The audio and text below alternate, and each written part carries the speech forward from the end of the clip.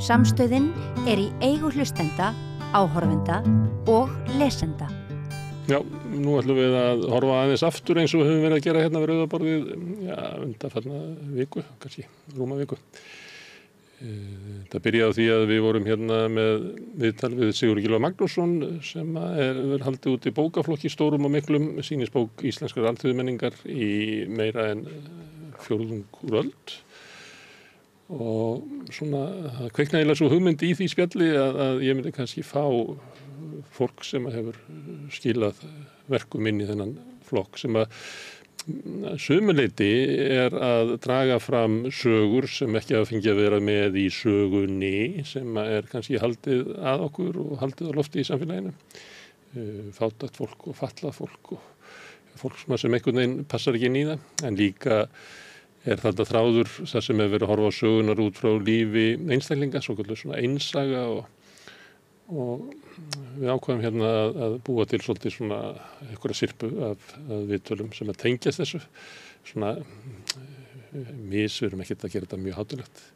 Svo sá ég hérna einhvern veginn vegna því að Facebook svo skrítið að það kemur til mann alls konar svona hluti og þá sá ég einhvern veginn að það var að gefa út bók eftir Guðnýju Hallgrímsdóttur sem hingað komin hérna, já, þessu fræðibóka forlagi Routledge, A Tale of a Fool. Þetta er svakalegu titill. Vakti athygli mína, þetta er svona clickbait. Já.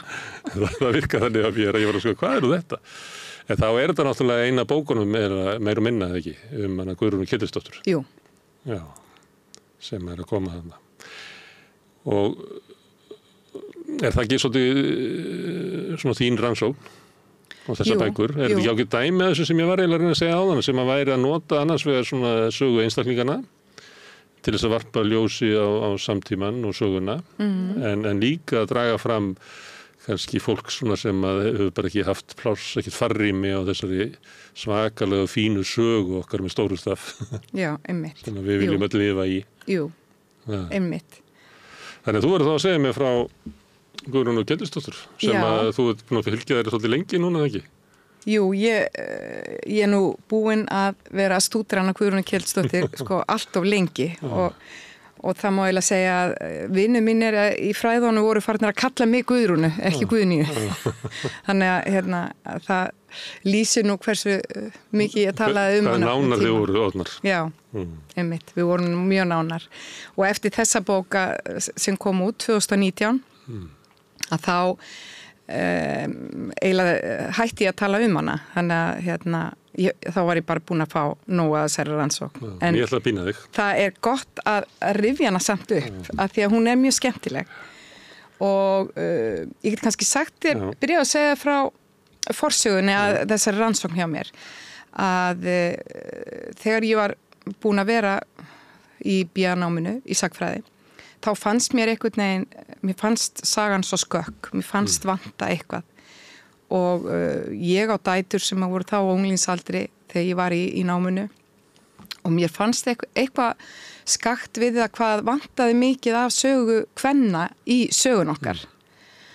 Og þess vegna lagði ég bara stað í þessa leit að konunum og ákvað að komi fyrir á handritadeild Landsbókasafnsins og fara bara markvisst í gegnum handritaskrár Páls Eggerts Ólafssonar sem í raun og veru þetta verkfæri fræðimanna, hefur verið verkfæri fræðimanna til að leita heimildum liðna tíð og fólk og annað í einhver 100 ár. Og þegar ég fer í gegnum öll þessi bindi, bjó til gagnagrunn og skráð allt samlega, sendi bréf til kvenna, sendi bréf frá konum, kveðskapur frá konum og ævisögur, eftirmæli og annað. Og á þessu, þegar ég var að byrja þetta ferðalag, að þá bárust mér 3 eintök af þessari ævisögu Guðrúnar Ketilsdóttur úr sitt hvora áttinni. 3 mismunandi handrit. Fyrsta handriti kom í hendnar á mér á handritadeildinni. Sem sjálfsævisaga hennar. Sjálfsævisaga hennar, já. Það brotið sem að ég vinn svo úr. Og það var Kári Bjarnason sem að rétti mér bara handritið eins og það varðveitt á handritadeildinni. og þá var ég búin að fara náttúrulega í gegnum mjög mikið magn og fannst ekkert svona einhvern veginn heilla mig. Það var ekkert í raun og veru sem að var svona það sem ég fann fyrir konunum. Þetta var kannski einhver svona upphafin og hástemt eftirmæli eða kveðskapur sem ég hreinlega hafði ekki skilning á. Sendibréfin oftar frá kallmönnum til kvenna og annað. Þannig að þegar ég opnaði þetta handrit og sá blaðsíðurnar og sko þetta nánast eins og þú varir að taka viðtal við hana, það hefur bara einhver farið og réttin í mikrofón og spurt hvernig var ævi þín. Því hún talar svo hispurslaust og hún segir bara frá allir ævi sinni og eins og við þegar við erum að segja frá ævi okkar að þá förum við bara hérðan og þaðan. Við erum þetta er ekki í línulegri frásögn og það líka áhugavert. Og ólíkt hvað við telum vera merkilegt allt í einu, við miklum tími að skýra eitthvað sem að kannski maður ekki alveg af hverju þetta var svona mikið. Já, einmitt, en þarna fann ég svo fyrir konunni og það var meira að segja, það var svo merkilegt að mér fannst ég hreinlega þurfa að lyfta handritun upp og þefa að ég bara gæti fundið lykt af henni Guð að þetta var svona mjög einkennileg tilfinning sem ég fekk. En af hverju það? Það vegna þess að hún, eins og við kallað að vera góðu penni, það er flókið að setja tjáningu ofan í texta. Já, en hún skrifaði þetta reyndar ekki sjálf. Hún mælti þetta fram. Hún mælti þetta fram, já. Þetta bara munnleg heimild.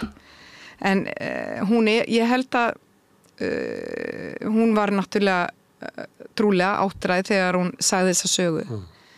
Og þá þegar maður eftir því sem maður eldist þá verður maður kannski svona svolítið vantar svona svolítið stopparan á mann maður svona hispurslausar í því sem maður segir. Sérst oft í til dæmis hjá rithöfundum að þegar þeir eru orðin gamlir þá eru svona eins og penni verið svolítið svona frjálsari. Já, einmitt. Þeir eru ekki og háðir því einhvern veginn að lemja þetta inn í einhvern struktúr. Já, ég held að þetta er fallega við eldast sko, maður verður frjálsari. Já, en svo var ég náttúrulega bara strax ákveðin í að ég myndi gera eitthvað við þetta handrit og svo voru 2 aðri vinir mínir sem komu sama dag með þetta handrit og sögðu, þetta er eitthvað handrit sem vortu að skoða Guðni og einhver hefði nú sagt að hann væri Guðrún Kjellisdóttir að velja þetta í verksins. Já, ég hugsaði það líka að þetta væri bara hún væri að hnippa í mig og segja, gerðu þessa rannsókn.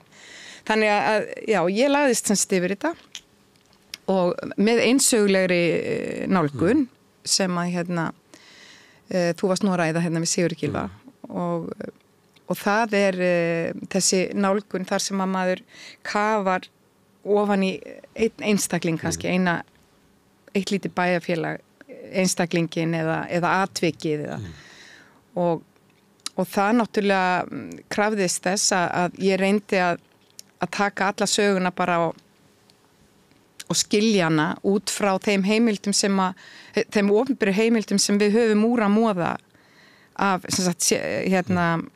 af þessu alþýðu fólki eins og Guðrún var.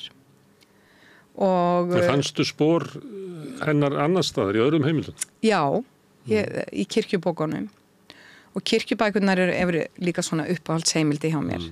Þar getum við fylgt fólki eftir ár frá ári vegna þess að prestarnir að það var þessi skylda sem höfðu að heimsækja sóknarbörnum fylgjast með þeirra bæði hegðun og siðferði og börnunum náttúrulega hvernig þeim gengi að læra kristinfræðin og undirbúning fyrir fermingun og svona. Þannig að þetta höfum við allt og þá gat ég líka fylgt henni alla sveitina. Hún var á 40 stöðum allt sitt líf. Hún náttúrulega lifði fram yfir áttrætt. En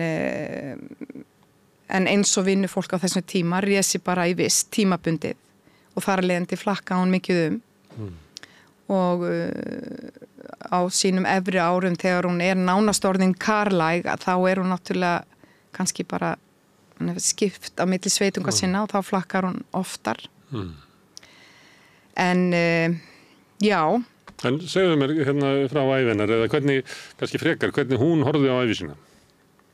Sko, hún það sem að mér fannst einmitt einkennana að hún talar sig sem hún hafi verið falleg kona og það hafi margir vilja eignast það og það hafi hún hafi verið dugleg og eftirsóttur starfsmaður en svona í barnæsku að þá virðist hún hafa verið svona eða allavega þegar hún orðin stálpuð og fer í vist svona þess að byrja með að þá virðist hún hafa liðið hungur vospúð, eitthvað skonar hún liðið ekki vel en svo þegar hún fyrir sjálf þegar hún orðin bara þroskuð vinnukona á þessu markaði að þá virðist hún á að safna sér heilmiklu.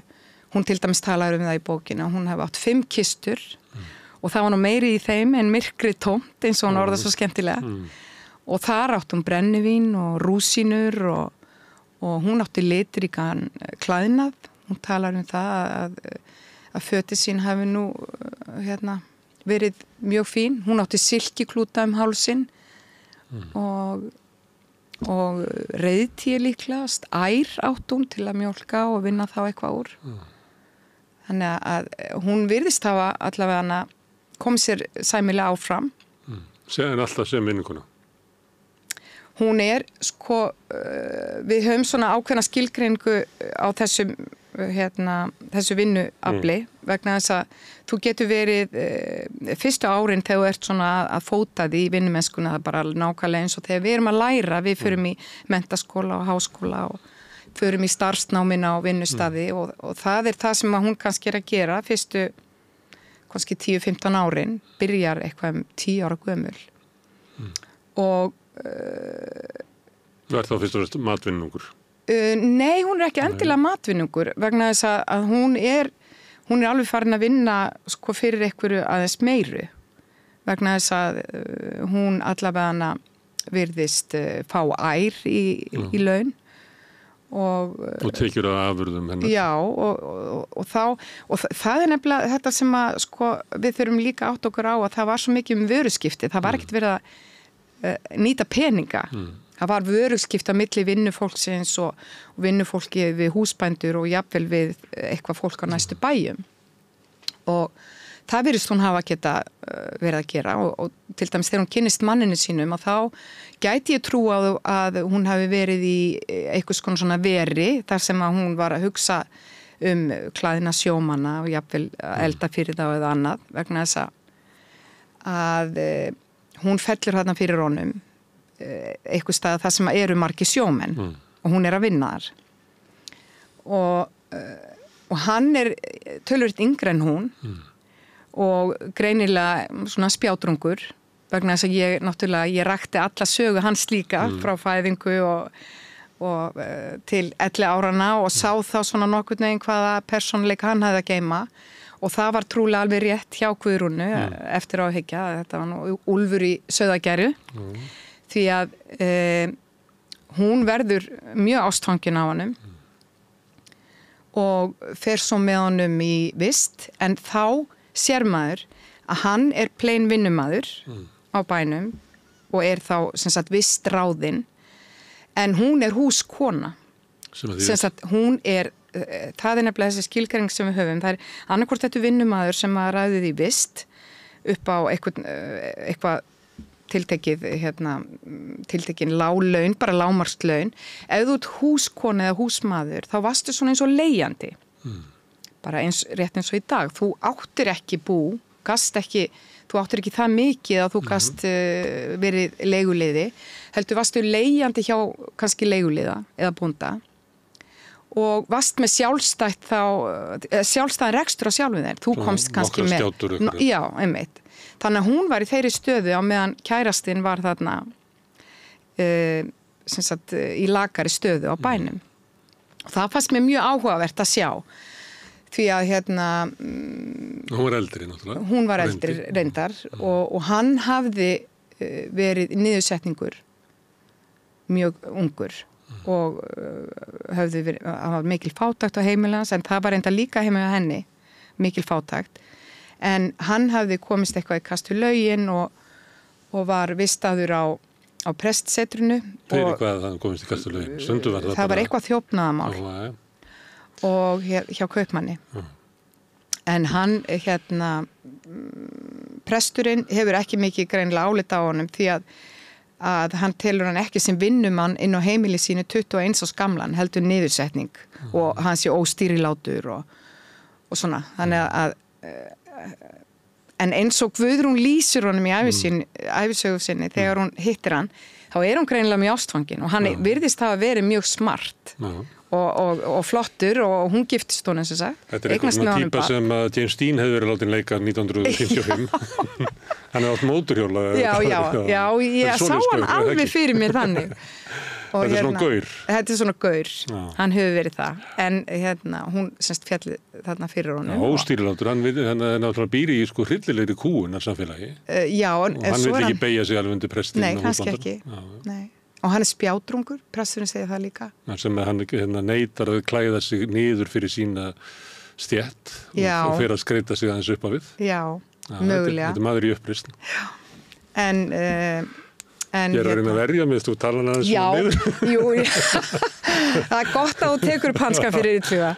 En ég skil alveg Guðrúnu að hann hafi sýnt henni náttúrulega áhuga og hún varð ástfangin og þau bara hlaupa saman og í næstu vist og hún verður ólétt. Hvað að segja, elskast sem vinnuhjú? Ekki fyrir þau giftast, þau giftast og svo... Og hvað það langur tími sem að þau verða að bíða eftir því að fá að eigast? Það bara, ég man nú ekki alveg hvað það eru mörg ár frá því að nei, en allavega þau fara þarna í vist mjög snemma eftir að þau kynnast og þá hann vinnumaður og hún húskona og það var svona dæmi um það að hún var greinilega betur stæð en hann og svo þau komin á heimili þar sem var svona töluvert meiri peningur og trúlega betri vist og eftir það þau greinilega orðin leiguliðar. Þá þau gift og hún ólétt en hún ekki fyrirbúin að eignast barnið en að hann fer að halda við húsfreyjun á bænum sem hún segir í ævisögunni að hafi meira að segja stólið konan húsfreyjan stál úr súrtununni hennar en hún gat náttúrulega ekkert sagt við því að þetta var húsmóðurinn á bænum þannig að það var ekki nóg með hún svæfi hjá eiginmann mennar heldur stál hún líka mat frá henni og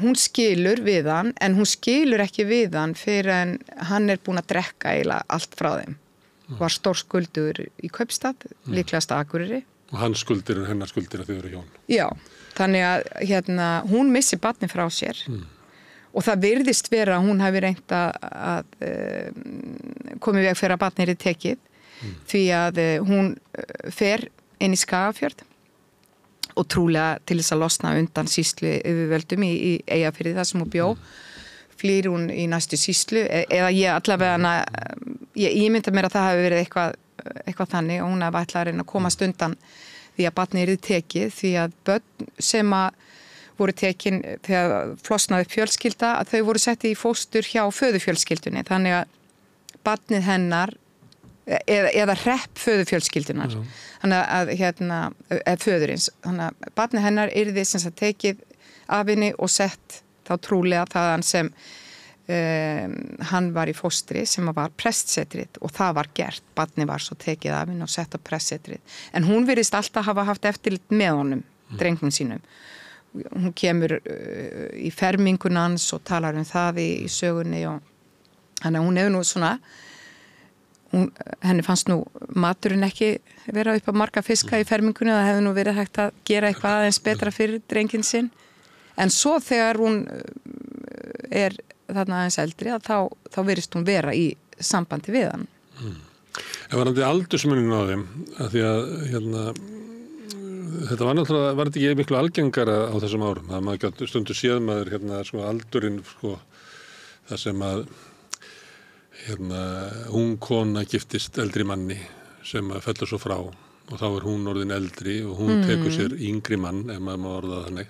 Já. Og svo bara ferðast þetta svona, þannig að stundum bara 20-30 ára aldursmunur á hjónum bara aftur og aftur. Sko. Já, ég held að það hafi alveg verið raunin. Þegar, lögin voru þannig að ef að þú varst leiguliði, að þá fekk kona þín rétt til þess að yrkja jörðin ef þú félst frá. Já. Og það mátti ekki rekan af jörðinni nema hún hefði ekki sinnt sínum skildum eða hún hafði fullan rétt á að vera þar og vegna þess að jarðnæði var svo lítið á 18. öldinni. Það var bara mjög erfitt að fá jarðnæði. Þá var náttúrulega eðlilega urðu þessar konur eftirsóttar. Sem að ekkjur sem voru leigulegar urðu eftirsóttar og fyrir svona gaura. Já, ekki endilega gaura en ungir vinnumenn. En líka fyrir þær að þú ert með jörðina og maðurinn fallin frá og þú þarft að halda jörðinni þá náttúrulega þú verður að finna helst ungan duglegan mann. Algjörlega. Þú er bara ná í, þetta eins og sért að velja þér sterkt naut til þess að yrkja jörðina. Einmitt. Og nóg var af þessum ungu mönnum sem náttúrulega vildu komast yfir jarðnæði. Og vistust þar sem bestu kjörin voru eða þar sem væri mögulegt að ná sér í ekkju. En það hefur verið gerð rannsókn á þessu sem sýnir fram á að ekkjur leiguliða voru mjög vinsalar á giftingamarkaði. En þetta var ekki raunin hjá þeim sem voru eigna áttu jörðina. Því að, þú veist, það var... Þau byggum við meira fjárhagslegt öryggi og gáttu. Já, og þá líka voru náttúrulega erfingjarnir að þeir áttu rétt á að fá hlut í landinu sem þú veist, var í eigu einhvers. Þú veist að það var ekki bara, ekkjan gat ekki bara gifst einhverjum vinnumanni og svo var hann rétt kjörin eigandi jarðarinnar. En hvað verður Guðrúnu þarna þegar kemur í ljós að draumaprinsinn reyndist vera bara drullusokku þegar áreindi eins og segir í einhverju ljóði í Dagsigur og svona? Já. Hún náttúrulega, þá missir hún alveg fótana og missir allt og verður vinnukonna fyrir vist aftur en hún nær sér aftur upp og er í stöðu húskonu. Sem sagt þá sjálfstæðin á heimilum. Þannig að... Já, og hún leggur mikla áherslu eins og þegar þú ert að segja frá þessu. Að þá hún sækir sjálfsmynd sína í það að hafa verið falleg, hafa verið dugleg, hafa staðið sig. Og átti fallið föt. Átti fallið föt. Hún alltaf að sanna, eins og sé alltaf að sanna sig fyrir einhverju samfélaginu. Að hún sé ekki lagasta, þvert á móti. Það er mikið í hennar spönni, það er mikið í spönni. En þetta er oft einkenni á fólki í svona veikri stöðu að það talar svona og með svona hugmyndur sjálf sig. Það sem allt eiginlega á mælikvarða hvernig samfélagið metur þig. Já. Þetta er eins og en ég mætti nú alltaf í vinnu, eitthvað, þóttu hafi gert eitthvað. Þú kannast við þetta að fólk alltaf að sækja í eitthvað svona rök fyrir því að því að kannski eitthvað annað sem að segja manni að staðamanns eiginlega óbóðlega eða eitthvað. Ég veit ekki. Hún hefur ábyggilega náttúrulega vita að það voru ríkir eignabændur og það voru velstæðir leiguliðar sem að voru allt í kring. Hún hefur ábyggilega vita sína stöðu þannig lagað en ég held samt sem áður að það voru bara svo margir í þessari stöðu að hún var í raun og veru kannski, hún eigði enga vonur að verða landeigandi eða yfir einhverju stóru jörð. Hún var bara miða sig við þessi 90% af þjóðinni í vinnumennsku. Og hún sannarlega náttúrulega var í stöðu húskonu þannig að og það var kannski það efsta sem að þú komst ef að þú varst ógiftur á þessum tíma. Þetta er ekki eigna manneskja? Nei, það er náttúrulega... Já, það er náttúrulega leigulið, þú kannski verið leigulið. Já. Sem var draumur margra. Og fólk fórnaði miklu til þess að komast út úr vinnumennskunni í því að geta verið sjálfstætt. Já, algjörlega. En hún það náttúrulega sem húskona, hún ákveðin liti sjálfstæð og það það sem aðgreinir hana frá venjulegu vinnufólki, að hún hafði þá allavega hana möguleika á að vera reka sitt eigið heimili inn á heimili annara. Þannig að hún hafði hún gat þá jafnvel selt vinnu á næsta bæ, þurfti ekki að vera undir hælnum á bóndanum, þar sem hún var leiguliði. Nei, þar sem hún var húskona. Það svona, þetta sérkynni staða, að vera svona hálf sjálfstæð inn á... Já, en þetta var bara að því að hvernig á ég að skýra það, að ef þú áttir einhverja lágmarkseign, að þá gastu, ef þú fékkst leyfi bónda til að vera inn á heimilinu, að þá gastu verið í þessari stöðu. Ef þú varst undir henni, að þá varstu tilneyddur að vera á náð bóndans.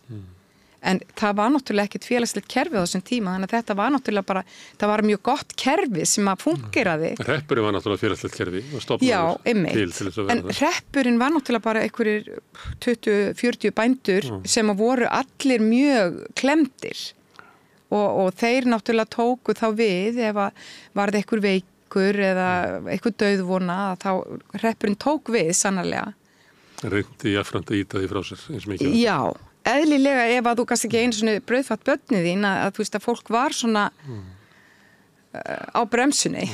Eins og með barnið að vera að flytja í annan hreppu. Já, einmitt. En segðu mér, þegar hún þarna áttrætt og mælir fram ævisögu sína, af hverju hún því? Hvað? Ég held kannski bara, við höfðum náttúrulega áhuga eins og í dag á sögu fólks og kona sem búin að lifa í öll þessi ár og hún hefur ábyggilega haft frá mörg að segja. Hún var náttúrulega á heimilum svona betri borgara og hún var ekkert hún lét þá bara hafa það óþvegið. Þessi var vondur og þessi var leiðilegur og þessi stal frá mér og nafngreindi þetta fólk og það hefur okkur náttúrulega alltaf fundist svo litið svona áhugavert. En heldur hún hafi verið að mæli það fram öðrum til skemmtunar? Vitandi það að saga myndi ferðast? Nei, það held ég ekki. Ég held að það hefði ekki verið hennar markmið að segja einhverja grínsögu eða skemmtisögu. Hún ekki þannig heldur, sagan hennar. En hún raunverulega bara að segja hvernig líf hennar vatt fram og nei, hún ekki skemmtisaga þessi saga, en hún gerð að eins konar skemmtisögu.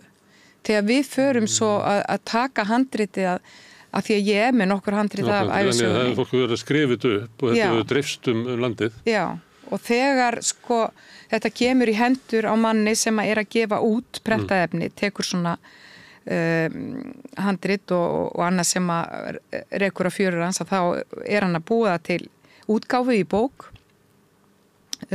og það í raunveru í fyrsta skipti þá sem að það fyrir einhver að kalla hana Gunnu Suðu og tala og snúa út úr orðanum og þá verður þetta svona komiskari saga og svo þegar hún gefin út af Jónasi Rafnar sem var nú mjög duglegur að gefa út allavega svona efni þannig úr Eyjafjarðarsýslu að þá fer hann að svona réttlæta það að hann sé að birta þessa sögu á prenti þó hún sé nú, þessi kona sé klámfengin og hann hafði nú reynt að laga orðfærið og það hann eiginlega sem svona setur hana svolítið niður og svo tekur Páll Eggert við og flokkar hann í handritaskrárnar sem ekki undir flokknum ævisaga, heldur undir þjóðlegum fróðleik með galdraþulum og öðru og þar sem búið að stróka út orðið ævisaga en það bara Gunna Suða. Þannig að það eiginlega seinni tíma á seinni tímu sem að hún fær þennan stimpil á sér að vera einhvers konar svona grínsaga. Og það sem að hún að segja og aldafarslýsingi sem að hún kemur með eða það verið að draga úr henni með því að gera svona Gunna eins og er gert oft við fólk sem á að grafa undan, að grafa undan trúveruleika þess sem að vitnisburðar fólksins. Þannig hún lendir í því, af því hún er veikstæð í samfélaginu og hún er að gagnrýna upp fyrir sig og þá er það ekki að það sé einhver ágalli í samfélaginu sem hún er að benda á, heldur einhver ágalli í henni. Það er eitthvað að henni. En einmitt. Við þekkjum þetta ennþá í dag, það var sagt við fólk að það sé umdeilt eða eitthvað. Það er bara gert eitthvað til þess að sko draga úr því að þetta sé eiginlega persónulegt vandamál viðkomandi. Frekar heldur en að þetta sé raunsönn lýsing á samfélaginu. En hvað finnst þér? Finnst þér hún lýsing hennar á samfélaginu? Að því þú ert að nota einsúna og tilgangur hlýtur náttúrulega að vera að við fáum einhvern skilning á samfélaginu, ekki bara þessari einstöku manneskju. Eða hvað? Einhverja tilfinningu fyrir samfélaginu. Já, einmitt, og einhverja tilfinningu fyrir hvernig konur sáu sig, hvernig þær lifðu. Og finnst þér hún góð leiðsögukona fyrir þig til þess að skilja þennan tíma? Já, hún er það. Og ég hef, af því að ég er búin að rýna svo mikið ofan í textan hennar og búin að rýna svo í allar þessar heimildir í kringum hana. Þá er meðal annars líka eitt sem að mér finnst mjög áhugavert, sem að ég held að við séum heldur ekki að taka alveg inn í söguna, því það er oft verið að tala og við munum náttúrulega eftir þáttunum þjóð í hlekkjum hugafars og svona, að það er verið að tala að embættismennirnir hafi barið og nauðgað og allt þetta, fólk hafi verið svo ofboðslega undir hælnum á þessu embættismanna liði. En mér finnst, hún er ekki að smjadra fyrir embættismönnum þegar hún er að tala um þá. Hún lætur það alveg hafa það óþvegið, en maður finnur það samt á henni að hún leitaði aðstoðar hjá prestinum. Það var eini vinurinn sem hún átti. Að hún gat alltaf farið og tala við prestin. Og hún það að hún geti sagt eitthvað húsbændur sína, það sýnir að þetta fólk hafði ákveðin völd. Og við vitum það til dæmis að þessi siður í sveitinni að þegar það kom gest bara garði og það var bara að druknaði borðið í hnallþórum og vegna þess að það mátti aldrei sýna neitt veikleika. Hér er nógur matur. En þegar vinnufólk fer svo á næsta bæ og segir djöfisins bull þarna í gangi og þeir eru bara éta ónýtan mat og ekkert að borða fyrir okkur og það voru náttúrulega bara mjög alvarlegar sögur. Þannig að þetta fólk hafði ákveðið svona ákveðið vald. Þannig að húsbóndavaldið var ekki svona kúandi Nei, það var ekki þannig. Ef ég ætlaði að segja eitthvað Jón bónda, ég liti yfir öxlina á mér á ótta við að ég myndi, mér er bara útskúfa út á samfélaginu. Það er reyndar, það er ein lítil klausa sem er í einu ævisögubroti og það er að mínum að þetta elst ævisögubrotið af sögun hennar. Og það er höfundalaust, sem er svolítið merkilegt. Og þar segir hún að hún kemur að heimili sýslumannsins í Eyjafjarðarsýslu, Gunnlaugs Brím. Og hún talar það að alltaf þegar hún hafi komið inn á sýslumannsheimilið, að þá hafi sýslumannsfrúin gefið sér bæði mat, brauð og kaffi og tekið vel á móti sér og hún hafi spjallað við hann í eldhúsinu. Sem að sýnir líka að hún þótti auðfúsi gestur, jafnvel á sýslumannsheimilinu og sýslumannsfrúin gaf sér tækifæri til að spjalla. Hún ætlaði að bera fréttir líka úr... Já, það er nefnilega fréttina sem hún er að bera úr sveitinu. Hún er svona séð og heyrt þess tíma. Og þegar sýslumaðurinn kemur inn, þá segir hann, hættu þessu bölvuðu rausi Guðrún eða eitthvað. Það getur ekki haft svolítið lagra. Og þá er hann greinilega að sussa svolítið á hana. Hún er eitthvað að segja eitthvað sem hún kannski mátti ekki segja. Og þá segir hún í ævisögunni, en ég sagði nú bara, ég hefði alveg rétt á því Guð hafi gefið mér rödd eins og honum, sem er svolítið gott. En svo segir hún, en ég þorði ekki að hafa það svo hátt að hann heyrði. Þannig að þetta er þurrkað út, að því að Gunnlaugur Brím þótti víst mjög strangt yfirvald.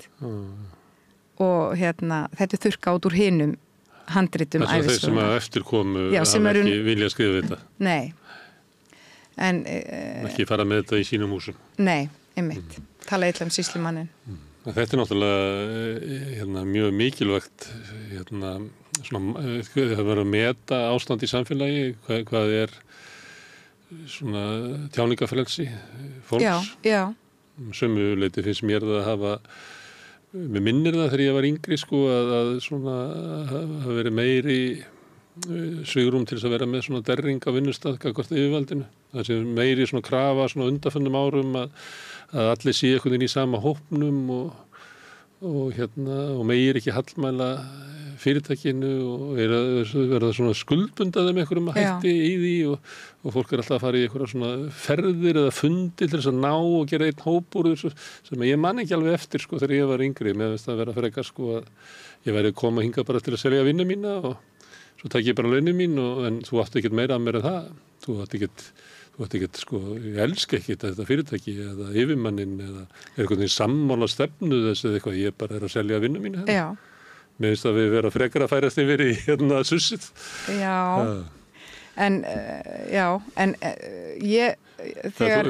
En ég náttúrulega múin að draga þig til 21. Til nútímans sem að má aldrei gera þess að ég hef enga skoðunur á vinnustöðum í nútímanum, bara bændaheimilum á 18. öld. En það er ástæða fyrir að við höfum áhuga á því að ræðum svona hluti, þetta er náttúrulega á sig samsvörun í okkar tímum. Sko. Já. Er það ekki? Jú, og líka bara, þetta hjá mér er það náttúrulega bara að skilja konur á þessu tíma vegna þess að mér finnst við hafa talað konur, alþýðukonur á 18. öld sem bara viljalösu verkfæri sem höfðu engan áhuga að taka þátt í menningarumræðu eða bara, almennt í lífinu. Og það er það sem ég tók einmitt út úr bókinin Guðrúnu og þessari rannsókn, að það var að mér langa að skoða hvernig tókst konum að marka sérstöðu í lífinu og hvað færði sérstæðan þeim. Þú veist, var möguleiki, voru allir í vinnumennsku eða voru einhverju núansar hana, gátuðu selt eða gert eitthvað úr sínum hæfileikum. Og svona hver var raunveruleg staða þeirra í samfélaginu, málfrelsi, tjáningafrelsi, þáttaka, tækifæri eða áhrif á samfélagið og þar svona. Já, einmitt. Ertu þá að segja það að því að við erum skiljanlega verið upptekin af kúgunkvenna, að þá hættir okkur til þess að líta á konur að þær hafi bara verið bara alveg réttlausar og þar leiðandi bara eiginlega ekkert. En hort á framjá það sko hvaða sessar gátu þó haft inn í samfélaginu. Já.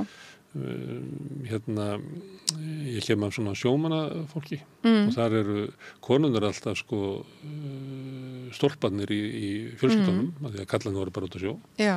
Og þannig að þessi svona hugmyndum að konur hefa engin áhrif passar ekki inn í mína ættasögu og það er svona hugmyndur hlutur kvenna sem að bara hangir einhvern veginn í ættasögunni sko, því sem að mann er sagt og allt sem að mér var sagt sem að ég átti að læra var sagt haft eftir ömmu minni sko.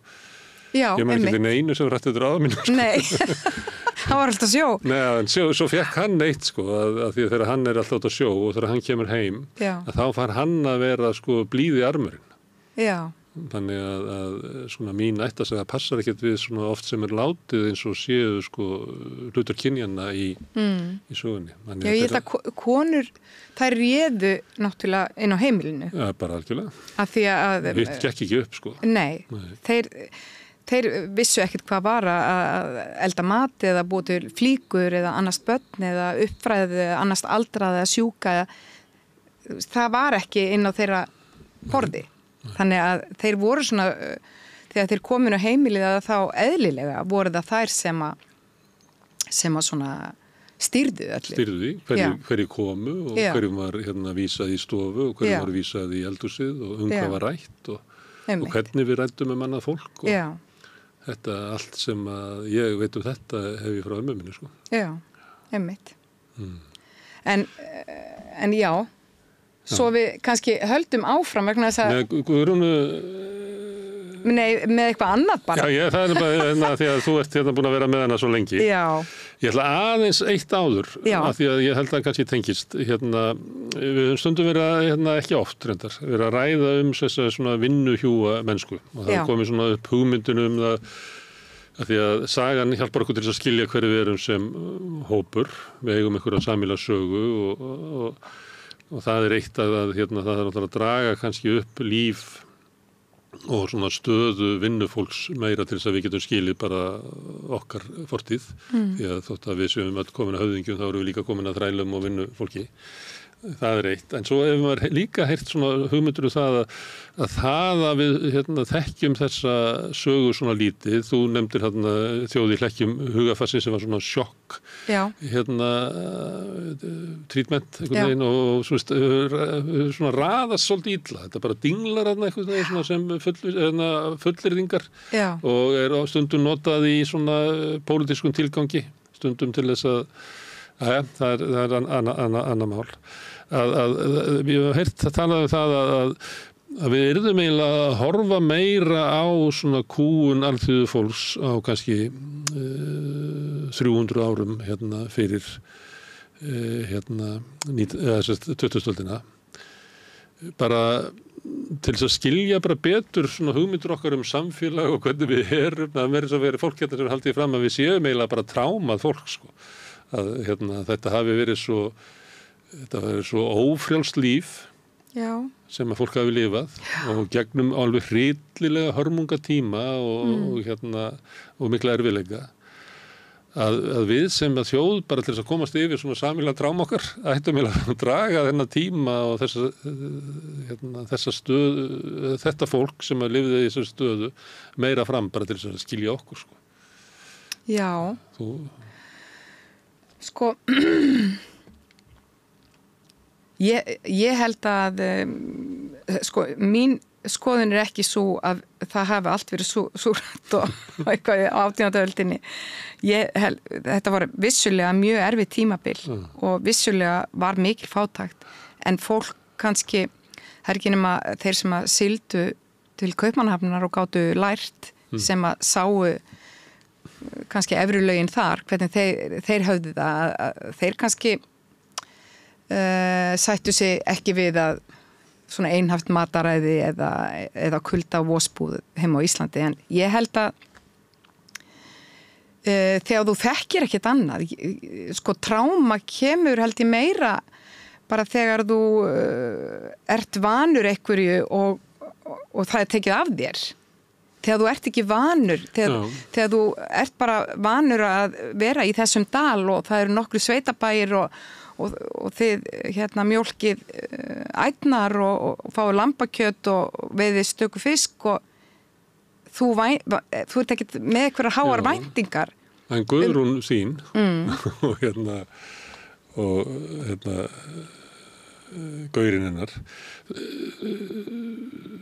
þeim dreymdi að komast út úr sinni stöðu, komast upp og náttúrulega sjálfstætt fólk náttúrulega frábær saga vinnu fólk sem að mér fannst að þegar voru alltaf flóð í Bangladesh fyrir einhverjum árum síðan að þá var ég eitthvað að reyna að skoða þetta og sagði maður mér að það sem að gerist að það flæðir yfir Árásona og eftir stendur sko frjóasta mold í landinu. Þú veist bara og þá fara fátæklingarnir og planta þarna hrísgrjónum og reyna að rækta vitandi að eitt ári kemur flóðið og þurrkar út allan afræktu þeirra og kannski þau líka í leiðinni og mér fannst allt í einu, þetta sagan heiðabíl á Íslandi, það sem sko draumur það að losna út úr vinnu mennskunni að fara upp á heiðar og fá að vera sjálfstæður og þurfi ekki að búa í sama herberginu og bossinn minn hann sem á bak við hliðið og vera með einhver niðursetningi upp í rúmi hjá mér og vera, þú veist, með ekki segja neitt og eitthvað svo leiðsannig að ég ætla að fá að búa hérna upp á heiðinni en ég veit alveg að eitt vorið kemur kalt vor og þá hef ég ekki hei og þá hættir kýrin að mjólka og endanum drepum við hana og endanum förum við aftur með skottað milli lappana og fáum að vera að vinna í 8 en við fáum þá allavega 4-5 ár í frelsi. Já. Og ég held að þessi hugmynd, eða kannski hefur Laxness og fleira bara sett þetta inn í hausinn á manni, að þetta hafi búið með fólkinu, þó svo að hafi búið í dalnum og þessi skárra að vera fátakur með fátakra heldur en að vera eini fátaklingurinn í þorpinu, sko. Að þú veist að viðmiðunarnir eru, en draumurinn að þetta... Sjálfstæði. Já, þú veist, mér er bara ætlað eitthvað meira, sko. Já, einmitt.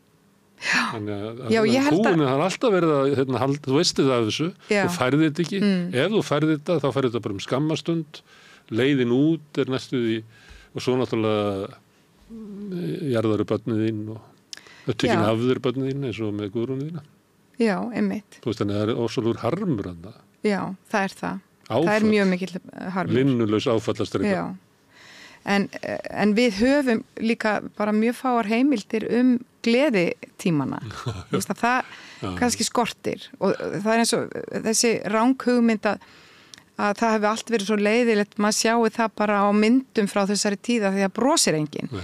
En í fyrsta lega var fólk náttúrulega meira minna tannlaust kannski, þannig að það vildi ekkert kannski sína brosið sitt og í öðru lagi þótti þetta svo merkilegt að fara til ljósmyndar að þú vildi sína þitt svona virðingavert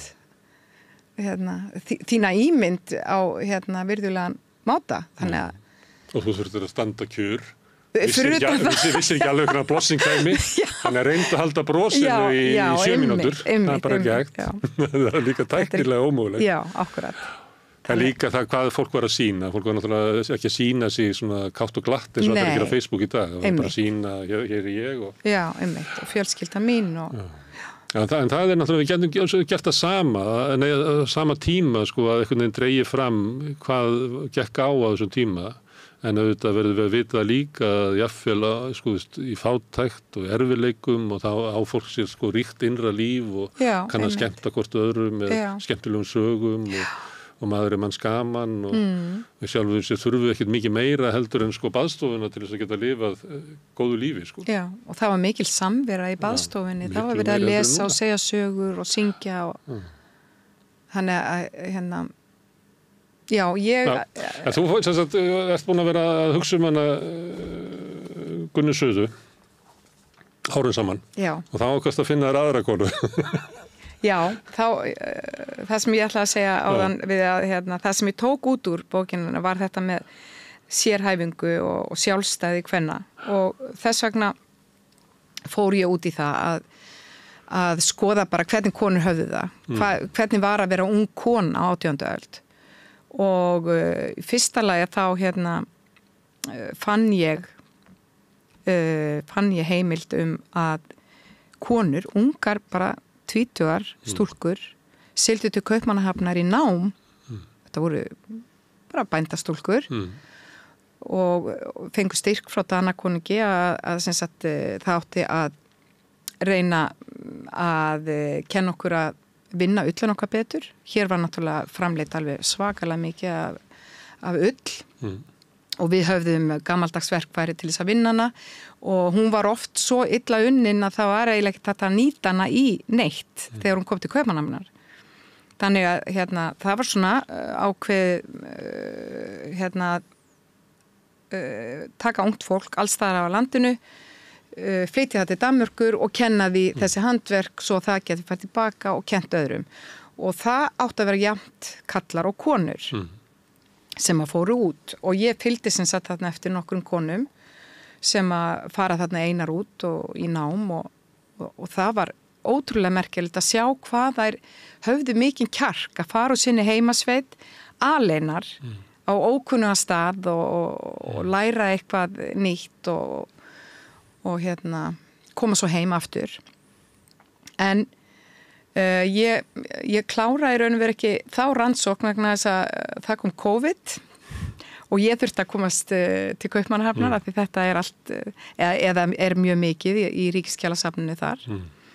Þannig að þá byrja ég á annarri rannsókn og bara lagði þessa rannsókn til hliðar, þessar konur mínar þarna sem voru í iðnnáminu og þá hugsaði ég með mér að ég þurfti að finna eitthvað svona eitthvað stórt og mikið heimili á Íslandi á 18. öld sem að var ígildi háskólastofnunar eða skólastofnunar og vegna þess að þar gæti ég mögulega séð hvort það hafi verið eitthvað sérhæfing hjá konum, hvort það er svona að því að á þessum stóru heimilum að þá er náttúrulega mikið starfsfólk og það eru sérhæfðari störfin og svona, þannig að ég valdi Amtmanns heimilið á Möðruvöllum í Hörgárdal og það er alveg risastórt heimili og ég bjó mig til gagnagrunn yfir vinnukonur á heimili Amtmanns hjónanna frá 1792 held ég, það var eitthvað ónýtt þarna einhverja kirkjubækur og alveg 25 ár og á þessu 25 ára tímabili þá fara 50 konur heimilið þannig að þú getur ímyndaðir umfangið á rekstri heimilisins. Hvað margar svona hverju sinni? Þær hafa verið svona 8 til 10 vinnukonur inn á heimilinu. Þannig að töluverð svona, hvað heitir þetta svona þegar skiptir starf svona? Það þykir ekki gott í fyrirtækjum að vera með mikla starfsmannavelta. Það er mikil starfsmannavelta. Já, nei, kannski að því að þetta var náttúrulega bara staður þar sem að þú komst við á leiðinni eitthvað annað. Þú varst bara þarna til að læra. Og það var greinilegt. Þegar ég bjó til þennan gagnagrunn þarna, þá náttúrulega voru þetta var svo mikið á konum. Ég var bara með nafnið á konunum og kannski aldur. En ég fylgdi þeim öllum eftir, tekkaði á hvað þær koma landinu, hverja manna þær voru, hvað varð þær og annað. Og hvort það var eitthvað mikið magna heimildum þær. Og þá fekk maður einmitt tilfinningu fyrir því hvernig þetta var. Og á Amtmannssetrinu er náttúrulega Amtmanns frúin og hún er með stór og mikil híbýli, það koma fullt af gestum, erlendum og innlendum. Það eru haldnir þarna allavega samkomur, fundir og annað. Amtmannsembættið, mjög annarsamt embætti, hann á ferðalögum og annað, þannig að hún þurfti að halda líka, hann var jafnvel í Kaupmannahöfn, þannig að hún þurfti að halda þetta heimilið og hún eignast 18 börn á þessu tímabili. Þannig að það var líka, hún var með fullt þess að börnum. Það er bara 2 ári. Já, tvíburar. Og hún er með barnfóstru, þar sé ég barnfóstru einmitt. Hún er með stofustúlku og þjónustustúlku, eldakonu og svo vinnukonur, nokkrar vinnukonur. Og maður sér hvernig hierarkíið er á heimilinu því að fyrst eru Amtmannshjónin, síðan börnin, oft strákarnir og undan stelpunum því miður og svo kemur kannski þjónustustúlkan, stofustúlkan, barnfóstran, eldakonan og svo vinnukonurnar þar á eftir. Og það vinnukonur að vinna úti? Já, það eru svona vinnukonur sem að, ég hafi verið í bústörfum og annast bústofnin. Ef maður vildi vera grimmur þá eru þetta var kallað í þrælahaldinu í Bandaríkjunum, þá var það þeir sem voru í húsinu voru kallaði hásleif eða eitthvað. Já, það er verða orð hásenn og hitt væri field. Já.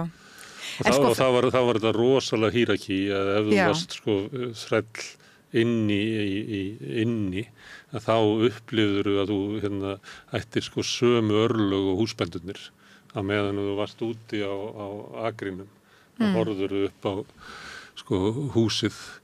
Það voru engir hagsmunir sem voru sameiginlegir þar. Nei. Þannig að sá sem var í húsinu, hann gat elskað húsbóndan. Já. Að meðan að sá sem var út á akrinum gat hatað hann. Já, en það er ég bara ég leika mér að því að vera með þessi aðgreiningu. Þetta er kannski það er kannski ákvörð á þennan hátt sem að ég hef túlkað heimildina fyrst. Svo þegar ég fór að athuga hvaðan kemur þetta fólk, að þá eru þjónustustúlkurnar sem eru fyrsthaldar. Það eru dætur kannski prestsins í sýslunni eða sýslumannsins í sýslunum við hliðina á. Þetta eru hátt settar dætur og þær voru þarna sannarlega í einhvers konar námi. Já, til þess að verða betri kvankostur. Já, þetta var heimili sem að var svona lagið í samfélaginu og þarna læriðu þær allt. Þær læriðu að stýra svona stóru heimili og læriðu að lesa kannski og lesa menningarlegar bókmenntir eða eitthvað því að á þessum heimilum voru sannarlega bókasöfn. Og já, svo barnfóstran til dæmis að hún fylgdi kannski heimilinu frá því að fyrsta barni fæddist og fór svo með kannski fyrsta barninu á næsta heimili og hugsaði börnin hennar. Og og fór stundum til Reykjavíkur, það voru svona konur sem að fylgdu fjölskyldum og voru bara bjuggu bara inni og engin vissi hvort það voru sko í vist eða launafólk eða hvað sem bara fram á miðja síðustu öld. Já. En þetta var allavega þarna komst ég að því að það var sannarlega einhvers konar sérhæfing í þessu 18. aldar samfélagi. Og hún fór náttúrulega, eðlilega fór hún líka eftir því hvaða möguleika þú hafðir á að komast í stöðu þjónustustúlku. En þá þurftur að vera svona betri vegna þess að það var náttúrulega mikil ásókn í að komast. Þetta var bara eins og fínasti háskóli í dag. Erfitt að komast inn. Og svo sá maður að vinnukonurnar sem að hafa trúlega komið þarna inn, þær voru kannski 17-18 ára, þá voru þær samt orðna kannski matrislukonur á heimilinu. Á síðari stigum. Já, kannski 2 ára seinna eða eitthvað. Þú gætu unnið frá því að vera á hrífunni úti í slættinum yfir í að vera matrisskona. Já. Og svo kannski giftust matriskonar ráðsmönnunum á Amtmannsheimilinu. Og þetta var náttúrulega fólk sem að kunni virkilega til verka á þessu fínasta búi og allir þekktu í sveitinni. Þannig að það var kannski auðveldara fyrir þá að komast sem leigulegar eitthvað staðar eða komast í betri stöðu frá heimilinu. Af því oft þegar þetta fólk vildi giftast og eignast börn, þá fór það af Amtmannssetrinu. Þannig að þetta Amtmannssetrið, ástæðan fyrir að konurnar kom og fóru svona ört, að þetta var bara eitt stopp á leiðira í eitthvað annað og það var mjög gott að komast á svona heimili og læra til verka og svo ég fari örlítið til hoppi yfir í Anna Guðrúnu mín aftur að ég fylgdi til dæmis yngstu systurinni á heimili Guðrúnar Ketilsdóttur. Hún er 4-5 ára gömul þegar hún byrjuð eitthvað að stafa og kann eitthvað vers og eitthvað svona og svo sér maður að presturinn hefur mjög mikið álita á henni. Þegar hún er orðin eitthvað 17 ára gömul þá hún farin að vinna fyrir danska kaupmannsfrúin Akureyri. Og svo missir þessi kaupmannsfrú manninn sinn og fer til Danmerkur aftur og þá er hún ráðin hjá aðal kaupmanninum á Akureyri. Og hann missir konuna sína og flytur þá til Danmerkur en bróðir hans tekur við sem að hafði búið lengi á Íslandi og hann eignast 2 börn með þessari systur Guðrúnar og svo eignast hún 3. barni með öðrum kaupmanni en hún er alltaf ráðskona eða mjög ofarlega í stöðu hjá dönskum kaupmönnum. Síðan þegar hún er orðin mjög fullorðin, hún giftist aldrei nefnilega, að þá ræður hún sem ráðskona hjá Gunnlaugi Brím, sýslumanni í Eyjafjarðarsýslu, sem sýnir jafnvel þessi kona sem var búin að eignast 3 börn fyrir utan hjónaband og er venjuleg vinnukona en þá bara, hún bjóði yfir ákveðinu auðmagni. Hún hafði búið á heimilum danskra kaupmanna sem höfðu náttúrulega aðgengi að ýmsum varningi sem var ekki til almennt inn á öðrum heimilum. Þeir líka, dönsku kaupmennir voru með allavega sérvisku í sambandi við, kannski voru þeir farnir að borða danska kjötbollur á þessu tíma, en allavega einhvers konar auðmagni bjó hún yfir eftir að hafa búið á þessum heimilum sem að sýslumannum, unga sýslumannum í Eyjafjarðarsýslu fannst mikilvægt að. Já. Og þetta er það sem ég hef áhuga að fylgja eftir þessum konum. En áttu við að þrátt fyrir að hún hafi eignast 3 börn utan hjónabands og við kannski í nútímanum ætla það að hún hafi verið svona forsmáð og hafnaða samfélaginu að þá hafði hún samt svona eitthvað svona sess í samfélaginu, eitthvað karriér sem hún gæti haldið áfram. Já, ég held nefnilega, og við sjáum það ekki. Það hafi átt við á Íslandi, eins og þú sér bara þegar þú kemur út á land í dag, í þessu litlu samfélag út á landi, þá hafa allir mörg hlutverk. Hver og einn einstaklingur er svo mikilvægur innan samfélagsins. Og þannig var það líka, held ég, á 18. öld að það bara, ef þú varst klár og duglegur og sniðugur að koma þér áfram, að þá fékkstu mörg spennandi tækifæri og það var svo sannarlega við þessa systurina Guðrúnar sem að sko hún í raun og veru flytur á heimilinu vegna þess að hún missir pappa sinn og heimilið leist upp þegar hún er 17 ára gömul en þá bara fer hún strax einhvern veginn inn á þessi heimili, inn á kaupmannsheimilin og það er, má segja líka eina af þessum Amtmanns vinnukonum sem ég fylgi eftir að hún kemur líka sem fósturbarn inn á Amtmannsheimilið og ágreinilega sko góða framtíð eftir það af því að hún kemur sem fósturbarn til dansk kaupmanns sem að elur hann upp og hún gerir svo stofustúlka hjá Amtmanni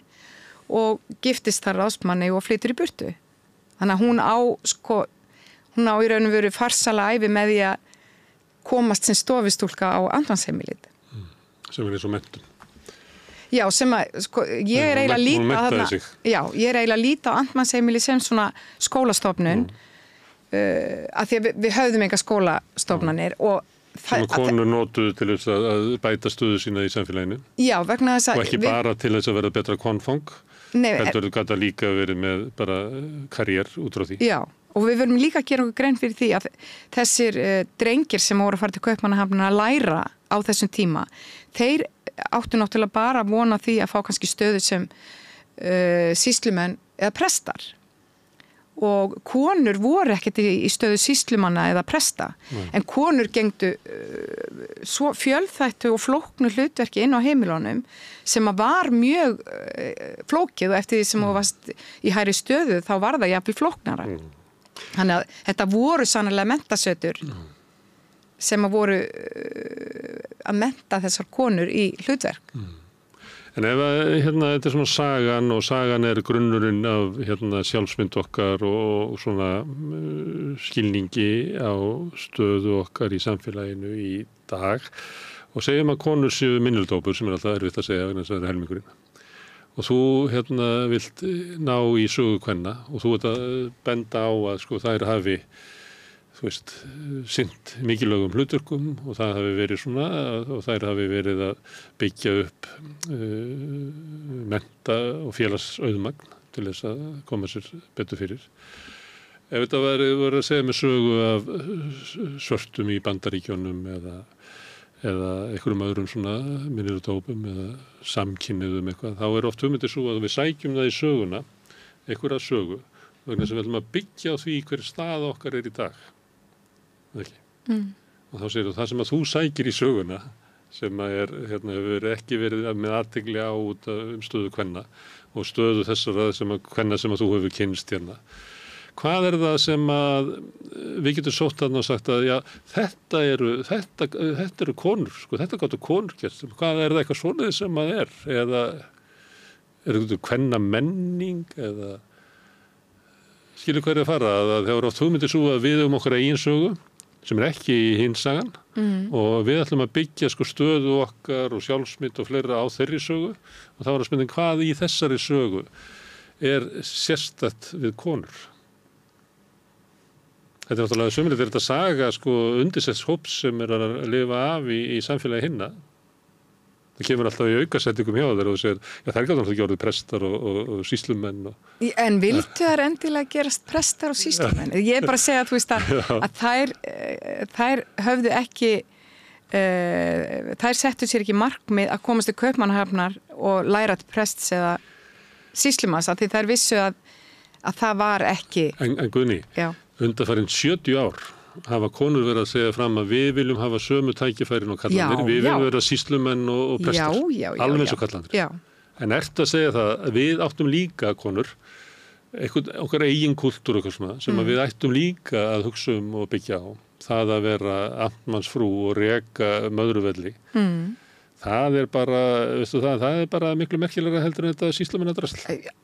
Það er nefnilega alveg sammálaðir og það er það sem að ég er að sýna fram á að mér finnst sko, það er kannski líka þessi baráttu okkar fyrir jafnrétti að hún snerist kannski miklu meira það að við vildum fá rétt til sömu tækifæra og sömu launa og annað og þá einhvern veginn tapaðist þessi mikilvægi partur af því að vera kona, eða þú veist það tapaðist, áherslan var ekki lengur þar og ég held að þess vegna höfum við einhvern veginn ætla það bara, 18. öld þannig að konur voru bara vinnukonur og þær gerði ekkert og það var ekkert merkilegt en við höfðum ekki spítala á þessum tíma eða leikskóla eða skóla eða gátum fara til Bónus og keypt okkur mat þetta fór allt fram á heimilinu og það voru konur sem sinntu því öllu. Og nefndir bara dagvist og leikskóla og uppbyldistofnanir með barnfóstrunni og mörgvöllum sem álu upp 80 börn eða ekki eins og sama manneskinn en það var stofnun þar inni sem er ígildi leikskóla í dag og mentastofnunar. Já, einmitt. En ég bara veltaði hvað getið þið konur gert við þetta? Ef við segjum það auðvitað það galin leið að konur ætla að sanna það að þessu bara jafn góðar og kallar og bara taka yfir kallaheiminn og sömuleyti sjáum við þetta. Ég veit ekki hvort að þú ferði í bíó og svona, ég finnst alltaf gaman að fara í bíó og þá er maður að sjá svona að kvenhlutverkin það er ekki komið kvenhlutverk í bíó frá Hollywood, heldur eru bara konur fannar að leika kallarhlutverkið. Þú bara að horfa á konur leika James Bond og eitthvað svona alveg bara allir rugl sko. Þannig að þá sem að býta akkur geta konur ekki komið inn í myndirnar án þess að vera feika sig sem kalla. Já, akkurat. Er þetta eitthvað þarna sem það er þessi ofur áhersla á það konur þurfi að vera í sömu stöðu og kallar til þess að vera að teki mark á þeim eða eitthvað. En sem betur fyrir eru við, til dæmis á Íslandi, sem betur fyrir eru við að sífellt fleiri kallar til dæmis á Íslandi taka að sér þetta umönnunar hlutverk sem að er ekkert sjálfgefið í Evrópu í kringum okkur í löndum að kallmenn taki hálft fæðingarólofi á móti konun og og kallmenn dragi úr vinnu að því að konurnar þurfa að vinna meira en þetta er farið að gerast í dag á Íslandi. Þannig að ég held að við séum bara mikið framar heldur en aðrar þjóðir í kringum okkur í jafnrétti og ég held líka að íslenski kallmenn að þeir eru kannski líka bara vanar því að konur taki þetta allt á sig. Þannig að þeir eru vanar því að geta treyst konunum og það er eitthvað sem er líka held ég bara í fortíðinni. Kallmenn fóru á sjóinn og konurnar urðu bara að bjarga sér og kallmenn fóru í ver, einmitt og þannig að og svo ef við með á 2000-öldinni þá voru kallar bara út á síðutórum og siglingum og komu bara heim 4 mánuðum seinna sko. Já, einmitt. Alls konar. En ég held að og allt samfélagið svona sjómannabæir hluta mínu fólki kemur úr Hafnarfirði og þar heldur konurnar svona bara einhvern veginn sko hinn raunverulegi bær var aldrei upp á konum sko. Svo það var einhverjir kalla bæjarstjórar og eitthvað svona. Það var til þess búið til dagvist fyrir sjómanna ekkjur. Já. Þú veist það er svona eftir að sjá ýmis merki sko hvaða árið það hefur að konur hafi hver árið þeir eru sko. Já. Og ég er líka sko sannfærð þetta verkefni sem ég er að skrifa núna í dag, þá er ég að skrifa sögu Amtmanns frúar og ég er einmitt ég set mig svo oft inn í hlutverkana því að við vitum svo lítið hvert hlutverk þeirra var og það er það sem að sko saga Möðruvalla hefur verið skrifið alveg í tætlur, bara í mörgum bindum en það er enga konur í henni. Þó voru konur sannlega sem stýrðu þessu heimili. Eða það eru ekki mikið af sögu af konum þar. Og mér langar núna að reyna að bara skoða þetta heimili og skoða hvað fór fram þar. hvað var verið að bardúsa heimilinu Hversu stofnun var þetta í raun? Já, einmitt. Og það mjög flókið að reka svona risastótt heimili og þú veist, allur búpeningurinn sem að þú veist, var þarna og var verkað eitthvað úr því og hérna það var sett upp vefstofa þarna og var verið að vinna eitthvað flókna hluti til sölu úr ullinni sem að var náttúrulega gríðarlega auðlind og verðmætt á Íslandi því að íslenska ullin, af því það er svo kalt hérna og rakt að þá er íslenska ullin náttúrulega frábær en það þarf að vinna hana betur. Já, ég held að við sem erum búin að missa þessu að því að við ræktum núna sauðfé inn í húsi sem er náttúrulega afleitt leið til þess að búa til góð ull sko. Það er eiginlega leið til þess að búa til afleitt ull. Svo höfðum við ekki efnað að heyja einu sinni á 18. öld þannig að þeir voru bara látni ganga úti. Hérna, sem að og þá náttúrulega var sko, af ræktuðu tún í dag að það eru gömlu bæjartúnin bara 0,5%. Þannig að á þessu tíma að þá var sko það sem var heyjað var 0,5% af því sem er heyjað í dag. Það voru ekki svona rullurnar út Nei, einmitt. Þannig að það var gengið úti náttúrulega og sömuleitt er það kannski eðlilegt að það er svolítið skrítið að rækta sauðfé í húsi sko. Ef þú pælir í því sko, þá er það ekki... Já, en er það ekki bara blá veturinn sem að vera á húsi? Já, það var byrjað, við byrjum á því. En það er ekki gefið að það í að vera. Nei. Eins og þegar ég var að lýsa heiðabílunum, að þá var það ekki sauðfé sem fórst úr hór, það var beljan. Af því að það þurfti að heyja fyrir hana og heygin kláruðust en sauðfé er með svona það er næstu svo skóflur til þess að grafa sér niður í gegnum freran til þess að komast í hey þess vegna er það svona nei, ég segi það ekki. Herðu, mér slegilegt að hafa ekki svona hnallþórur að bjóða þér hérna þegar þú kemur hérna að borðinu með þessar sögur. Þannig var það í gamla daga þegar fólk kom á bæi og sagði sögur og þá fekk það góðan mat bauði bara upp á kaffi. En Guðný, takk fyrir að koma hingað og segja frá konum í sögunni. Takk fyrir að bjóða mér. Takk. Já, þetta er lokin hjá okkur í kvöld hér á Rauðaborðinu. Ég þakka Guðný aftur og öllum gestunum sem hingað komið. Pétri og Laufi fyrir að taka upp og senda út og ykkur sem eru að hlusta og breyti þessu samtal okkar við þetta vaxdúkaða borð í fjölmiðlun. Þið getur verið virkir þáttakendur í uppbyggingu samstöðunar bara með því að benda vinum og vandamennum á efni sem að ykkur líkar. Þannig hefur dreifikerfi samstöðunar byggst upp með góðri afspurn. Þið getur benda á að það má finna efnið á Facebook, það má finna efnið á YouTube. Við erum í öllum hlaðarsveitum, bæði undir nafni samstöðunar og einstakra þátta. Við erum í útvarpinu á stór höfuðborgarsvæðinu, 89,1 á FM, ef þið viljið stilla inn í bílnum. Það má líka sækja þær útarsendingar á spilarinn á netinu, spilari.is og svo er spilar líka app sem að má hlaða niður í síman og hlusta á samstöðuna hvað sem er í heiminum, það sem er Netsabat og allar íslenskar útastöðar. Við erum komin í sjónvarpið til þeirra sem að fá sjónvarpið sitt sendt frá fjarskiptafyrirtækinu Símanum, þar er verið númer 5 á fjarstýringunni. Þar getið þið nálgast 24 tíma sólarhring, 7 daga vikunar, allan ársins hring, efni og samfélagsumræðu frá samstöðinni. Fjárhagslega þá eru við byggð upp af framlögum einstaklinga, við kallum það áskrift, þið getið farið og skráðu ykkur sem áskrifendur inn á samstöðum.is, það er hnappur sem ástendur áskrift, það kostar 2.500 kr. á mánuði, þið megið borga meira ef þið viljið og þeir sem að kjósi getur látið áskriftina renna sem félagsgjöldin í alþýðufélagið og það er alþýðufélagið sem á og rekur samstöðuna. Það eru samkvæmt mælingu sem voru gerðar í apríl, líklega hátt í 40.000 manns sem eru að hlusta á þætti samstöðurinnar eða horfa í hverju viku.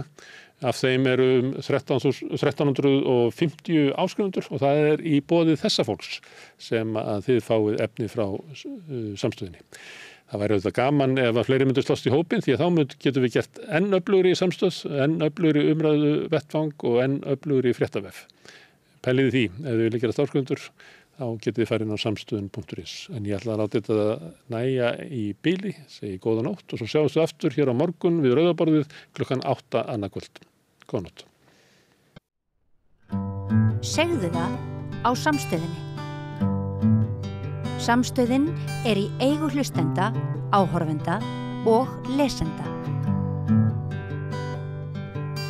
Sláist í hópinn og gerist áskrifendur.